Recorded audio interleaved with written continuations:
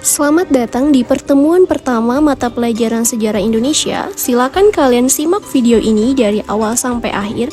Jangan sampai di skip karena banyak ilmu bermanfaat di dalamnya. Ingat ya, tonton sampai habis.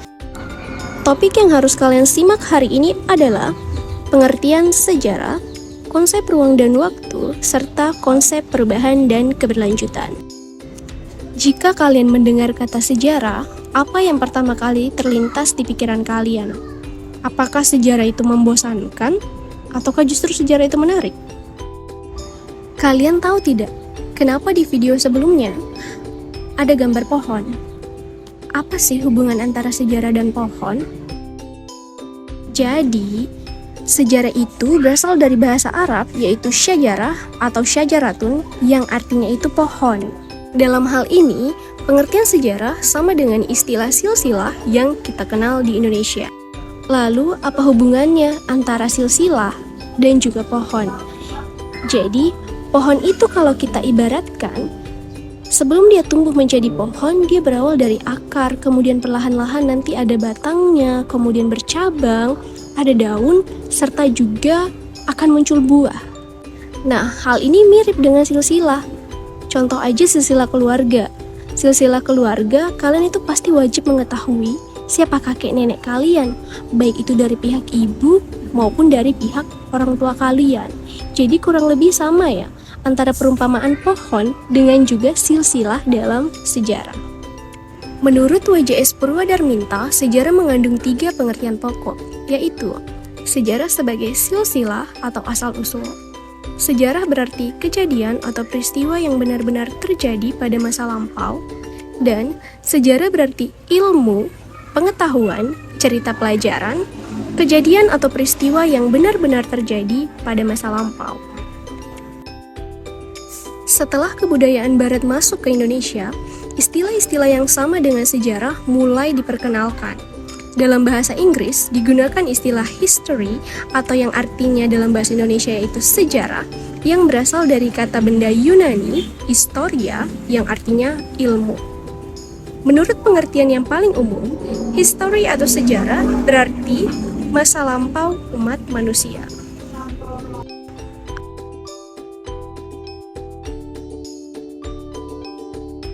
Ada satu hal yang wajib kalian ketahui atau fun fact-nya nih, sejarah itu sifatnya ain malik atau dalam bahasa Indonesia unik.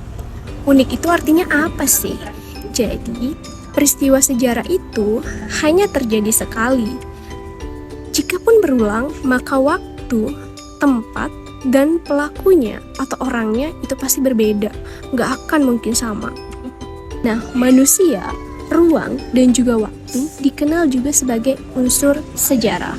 Sejarah tidak akan terjadi jika tanpa salah satu dari ketiga unsur sejarah tersebut. Lalu, apakah peran masing-masing dari ketiga unsur sejarah tersebut? Yang pertama, peranan manusia dalam sejarah. Manusia merupakan aktor utama penggerak sejarah atau peristiwa dalam rangka mewujudkan perubahan dan kemajuan yang dicita-citakannya. Nah, manusia itu sebagai penggerak, pelaku sejarah, ataupun sebagai saksi sejarah. Tidak hanya manusia, ruang dan waktu pun punya peranannya masing-masing ketika peristiwa sejarah itu terjadi. Jadi, dalam ilmu sejarah, ruang merujuk pada tempat suatu peristiwa terjadi. Dimensi ruang menjelaskan tentang kondisi dan situasi suatu peristiwa ketika peristiwa tersejarah tersebut terjadi. Dimensi ruang sejarah dapat berdasarkan skala lokal, nasional, maupun global. Kesimpulannya adalah, ruang merupakan tempat terjadinya peristiwa sejarah. Sedangkan dimensi waktu merujuk pada kapan suatu peristiwa itu terjadi. Kapan yang dimaksud ini dapat berupa detik, jam, hari, minggu, bulan, tahun, bahkan abad pada masa lampau yang menunjukkan kapan suatu peristiwa sejarah itu terjadi. Di dalam waktu terjadi 4 hal, yaitu perkembangan, kesinambungan atau keberlanjutan, pengulangan, dan perubahan. Lalu, apa maksud dari keempat hal tersebut? ilmu sejarah mempelajari bagaimana suatu peristiwa berkembang dan berkesinambungan dalam kurun waktu tertentu. Kemungkinan terdapat pengulangan kejadian atau peristiwa, serta peristiwa sejarah yang menimbulkan perubahan di suatu masyarakat ataupun negara tertentu. Setelah membahas 3 unsur penting sejarah, yaitu manusia, ruang, dan waktu atau MRW, harap diingat ya, MRW, manusia, ruang, dan waktu. Nah, kalau tadi kita sudah membahas tentang 3 unsur sejarah, yaitu manusia, ruang, dan juga waktu, selanjutnya kita akan membahas materi terakhir, yaitu perubahan dan juga keberlanjutan. Perubahan merupakan ketidaksamaan suatu keadaan dengan keadaan lain dari waktu ke waktu.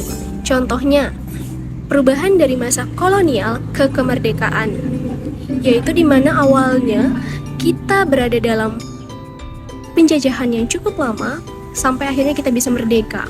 Dan dari masa Orde Lama yang dipimpin oleh Soekarno ke Orde Baru yang dipimpin oleh Soeharto, dan ke reformasi yang dimulai dari B.J. Habibie hingga saat ini. Keberlanjutan merupakan perwujudan dari suatu proses perkembangan aspek kehidupan masyarakat yang terus berlanjut meskipun situasi dan kondisinya berubah. Contoh dari keberlanjutan adalah peran pemuda pada masa pergerakan nasional yang ditandai dengan peristiwa Sumpah Pemuda pada tahun 1928. Kalian tahu nggak tanggal berapa? Selanjutnya, contoh keberlanjutan adalah peran pemuda pada peristiwa reformasi tahun 1998 yang berhasil melengsarkan presiden saat itu, yaitu Presiden Soeharto, dari jabatannya yang cukup sangat panjang. Nah, materi hari ini cukup sampai di sini.